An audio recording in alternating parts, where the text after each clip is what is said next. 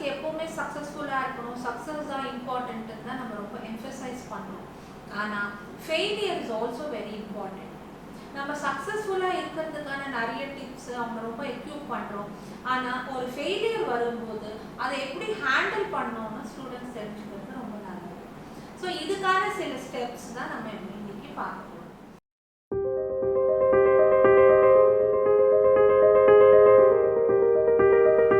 The first step என்னன்னா, ஒரு failure வரும்போது அந்த ஸ்டூடெண்ட்டோ யாராக இருந்தாலுமே அதை ஃபஸ்ட்டு அக்செப்ட் பண்ணணும், அதை அக்னாலேஜ் பண்ணணும். என்னென்னா ஃபெயிலியர் நடந்திருக்கு. ஸோ ஒரு ஃபெயிலியர் நடக்கும், இட்ஸ் வெரி டிஸப்பாயிண்டிங், அப்செட்டாக இருக்கும், ரொம்ப ஸ்ட்ரெஸ்ஃபுல்லாக இருக்கும். அதை கண்டிப்பாக அந்த ஸ்டூடெண்ட் கோ த்ரூ பண்ணணும். They have to realise that the failure has happen. ஆனால் என்ன பண்ணலான்னா, ஒரு ஸ்டூடெண்ட்டுக்கு ஸ்ட்ரென்த்துக்கு தகுந்த மாதிரி some student will take a longer time to recover. இப்போ எவ்வளோ டைம் எடுக்கிறாங்களோ எடுக்கலாம். ஆனால் but we have to see that அதிலேயே டுவெல் ஆகிருக்கிறது வந்து நல்லது கிடையாது. ஸோ அதுலேருந்து வெளியில் வந்துட்டு take your time to realize, to acknowledge that you have gone through a failure. அதுக்கப்புறம் they have to move forward, take the necessary action. என்ன டிசிஷன் எடுக்கலாம்ன்றது ரொம்ப ஃபோக்கஸ் பண்ணணும். இதுதான் ஒரு ஃபர்ஸ்ட் ஸ்டெப். செகண்ட் ஸ்டெப் என்னன்னா, அவங்க அனலைஸ் பண்ணணும். இந்த ஃபெயிலியர் நடந்ததுக்கான காரணங்களை ஃபர்ஸ்ட் அனலைஸ் பண்ணலாம். ஸோ இப்போ இம்மீடியட்டாக என்ன பண்ணுவாங்கன்னா, they can take a paper, ஒரு நோட் புக் எடுத்து எதனால் இந்த ஃபெயிலியர் நடந்திருக்கலாம் அப்படின்னு என்ன விஷயம் அவங்க மனசுக்கு தோணுதோ அந்த விஷயத்தை எல்லாமே அவங்க அந்த பேப்பர்லையோ நோட்டில் எழுதி வச்சுக்கலாம். ஸோ வரிசை சின்ன சின்ன காரணம், they have to be very honest with them. என்ன சின்ன காரணமாக இருந்தாலும் சரி, they have to write it down in the paper. என்ன பண்ணலான்னா, சப்போஸ் எக்ஸாம் ஹால் மே மாதம் நடக்குது, எக்ஸாம் ஹாலில் ஃபேன் ஓடலை, அதனால நான் சரியாக எழுதலை நம்ம மனசு நினைக்கலாம்.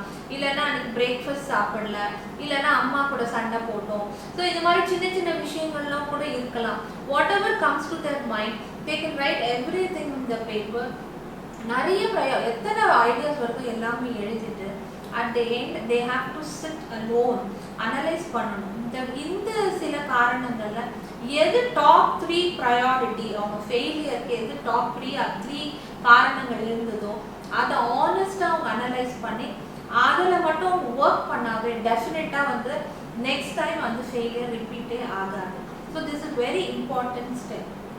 நெக்ஸ்ட் ஸ்டெப்பு வந்து they have to learn from the mistakes. எப்போவுமே ஒரு ஃபெயிலியர் வருதுன்னா அது வந்து கண்டிப்பாக நம்ம வந்து ஒரு பாடம் கற்றுக் கொடுத்துட்டு தான் போகும். So it doesn't come alone.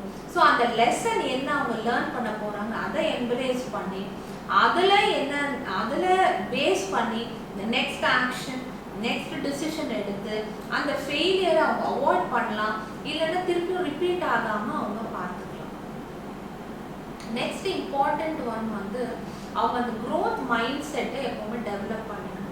Growth mind செட்ன்றது என்னன்னா, அந்த ஃபெயிலியர்லேருந்து அவங்க லெசன்ஸ், அந்த ஆப்பர்ச்சுனிட்டியை அதை கன்சிடர் பண்ணி என்ன லெசன்ஸ் எல்லாம் வந்ததோ அதில் கற்றுக்கிட்டு அவங்க அகடமிக் ஸ்கில்ஸு, அவங்க எமோஷ்னல் ஸ்கில்ஸு, சோஷியல் ஸ்கில்ஸு இதெல்லாம் அவங்க வந்து லேர்ன் பண்ணால் க்ரோ ஆகிறதுக்கு இது ரொம்ப இம்பார்ட்டண்ட்டான ஒரு விஷயம். நெக்ஸ்ட்டு வந்து அவங்க அந்த சப்போர்ட்டை சீக் பண்ணலாம். ஃபர்ஸ்ட் வந்து அவங்க மென்டர்ஸ் இருக்கலாம், அவங்க டீச்சர்ஸு, இல்லைன்னா பேரண்ட்ஸு, இல்லைன்னா ஃபேமிலி மெம்பர்ஸ், யாராக இருந்தாலுமே யாரை ஜட்ஜ் பண்ண மாட்டாங்களோ, யாரை அவங்க ட்ரஸ்ட் பண்ணுறாங்களோ அவங்கக்கிட்ட போய் இந்த ஃபெயிலியர்ஸை பற்றி அவங்க டிஸ்கஸ் பண்ணலாம். அது கொஞ்சம் டிஸ்கரேஜிங்காக தான் இருக்கும். ஆனாலும் அவங்க டிஸ்கஸ் பண்ணும்போது என்ன ஆகும்னா, அந்த ஃபெயிலியரை அவங்க ஒரு டிஃப்ரெண்ட் பர்ஸ்பெக்டிவில் பார்க்க ஆரம்பிச்சிருவாங்க. ஸோ அதுலேருந்து நமக்கு ரொம்ப வேல்யூபிளான இன்சைட்ஸும் நமக்கு கிடைக்கிறதுக்கு நிறைய சான்சஸ் இருக்கு. இன்னொன்று ஒரு ரொம்ப இம்பார்ட்டன்ட் விஷயம் என்னன்னா, அவங்க வேற ஒருத்தரை கூட கண்டிப்பாக கம்பேரே பண்ணக்கூடாது. ஸோ எல்லாரோட லைஃப் ஜேர்னிஸும் டோட்டலாக டிஃப்ரெண்ட்டு. எல்லாருக்கும் நடக்க வேண்டிய சில விஷயங்கள் வந்து அவங்கவுங்க டைம் லைனில் தான் அது நடக்கும். ஸோ நம்ம இன்னொருத்தர் கூட நம்ம கம்பேர் பண்ணும்போது நம்மளோட செல்ஃப் எஸ்டீம், மோட்டிவேஷன் எல்லாமே சரியான அடி வாங்கும். ஸோ இதை வந்து கண்டிப்பாக அவங்க அவாய்ட் பண்ண வேண்டியது இன்னொருத்தர் கூட கம்பேர் பண்ணுறது. ஸோ நெக்ஸ்ட் வந்து நமக்கு எல்லாருக்குமே தெரியும், sound body is a main reason வந்து சவுண்ட் மைண்ட். ரெண்டுமே இன்டர் ரிலேட்டட் தான். ஸோ உங்கள் மைண்ட் இவ்வளோ டிஸ்டர்பாக இருக்கும்போது கூட நீங்கள் ஒரு சின்ன பிரேக் எடுத்துக்கலாம். உங்கள் ஃபிசிக்கல் செல்ஃப் கேரை வந்து அவங்க ஃபோக்கஸ் பண்ணலாம். என்னென்ன ஒரு எக்ஸசைஸ் ரொட்டீன் ஃபாலோ பண்ணலாம், ஒரு நியூட்ரிஷியஸ் டயட் எடுத்துக்கலாம், அப்புறம் ஒரு வேறு அவுட்டிங் போகிறது, நேச்சர் கூட இருக்கிறது.